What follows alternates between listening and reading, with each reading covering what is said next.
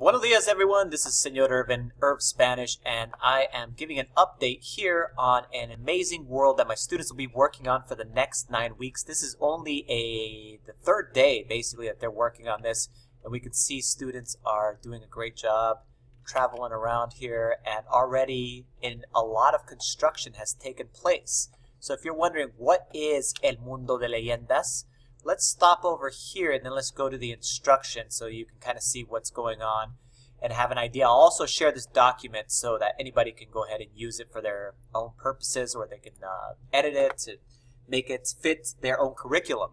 So what I've done here is El Mundo de Leyendas is, as I put right here, is a world where the kids can role play and everyone speaks in Espanol. The basic premise is that everyone's speaking in Spanish to go ahead and complete some things that I'm calling the global tasks.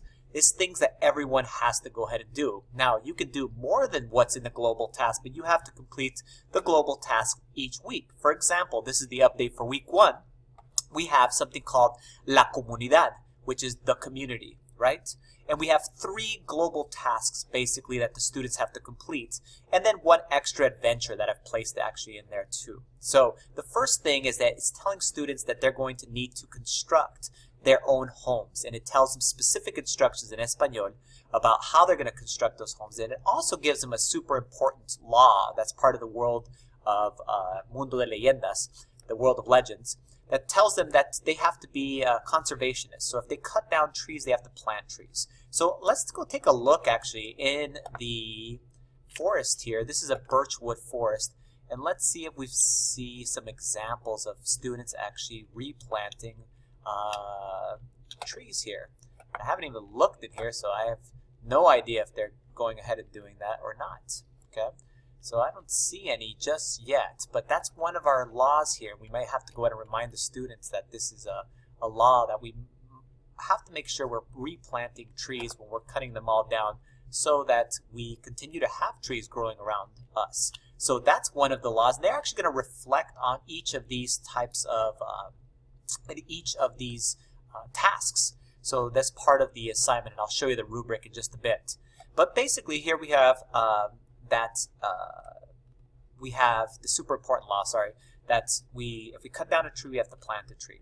Also, the community needs a system of streets. Once students start building their homes, we need to be able to have a way to be able to connect them. And as I look around here, there wasn't all of this system here, and I can see there's already some roads being constructed, and I even saw a path that leads to some other homes out over here. You can see there's this path all around through here, and it leads to the homes that are out in here, kind of out in the suburbs. So great work here by the students, and all their homes needed to be created from birch, and that was one of the parameters there, one of the instructions that we had. Let me go ahead and pause. So one of the coolest global tasks that the students are going to need to do is they're going to construct basically a community building, if you want to call it a law building, and this building is going to have all of the laws written in Espanol, written in Spanish, and agreed upon by all of the students. And that's what it says here. They're going to actually do some polls, or use SurveyMonkey or these easy polls, to be able to go ahead and vote on specific laws. For example, should they have fire? Should they be able to use lava? You know, those kinds of things. And so they're going to decide what are the laws of the actual land and vote upon them, and then place those laws on info blocks inside of a community building. So that'll be very interesting once that starts happening here too. And I've also created each week I have a NPC that has a quest for the students. And the quest, once completed, will give the students a special item, a special block that will help them. For example, this first time, the NPC has this home block that they can place inside their home. And it's very useful because then you can go ahead and teleport right back to your home anytime you want. So there's already a building created over here for our NPC. It says La Casa de Pablo el Pescador, Pablo the Fisherman, and Pablo's hiding in here somewhere, and he has a quest available for the students. If they right-click him, he goes and asks them for some help. He says, por favor, necesito tu ayuda. I'm a fisherman, soy pescador, pero no tengo pescado. Will you help me? And if once you say yes, you're going to help, then Pablo's quest begins, and he's asking the students for basically getting him some fish and a fishing rod so that they go out on this adventure, and in exchange he gives them that home block, which is super cool. And you can see the students are all working there. By the way, all the students are communicating in Espanol right now too, and in Spanish.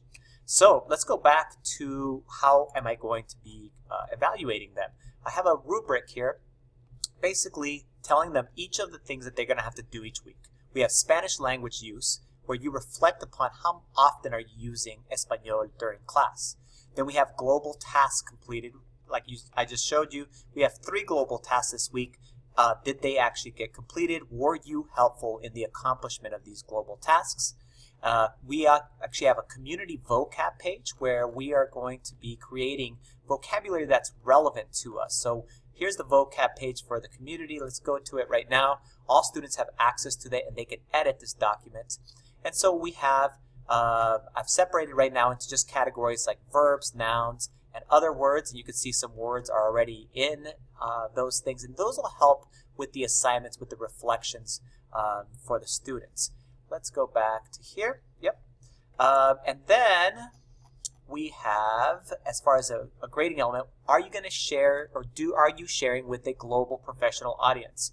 So I've recommended that they use Twitter or Instagram or even YouTube with the hashtag MinecraftEd, and of course tagging me to be able to go ahead and post pictures, videos, vlogs of their accomplishments. Okay, what have they been doing?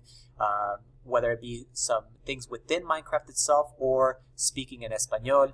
And then at the end of the week, they're going to have to reflect. And so are they submitting a reflection? And the reflection can be in the form of an actual written journal or an actual vlog where they record themselves and speak in Espanol, all the way down to right here where they're just submitting the reflection in English. Okay? So this is my grading rubric. Again, I'm going to share all this entire document with you guys, and you're more than welcome to use it.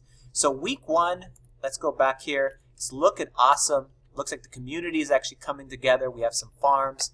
We have some great buildings. It looks like this is going to be the place where, I'm almost positive, where either that or there's a couple of different things going on here, where this is going to be the community building. It looks awesome. Great construction. I only gave them specific instructions about having to use birchwood. And then later on, as the weeks go on throughout the year, there's going to be more and more global tasks that either involve collaboration with each other, and also just some self-driven tasks also. Cool. If you have any questions, let me know. Adios. Hasta la vista.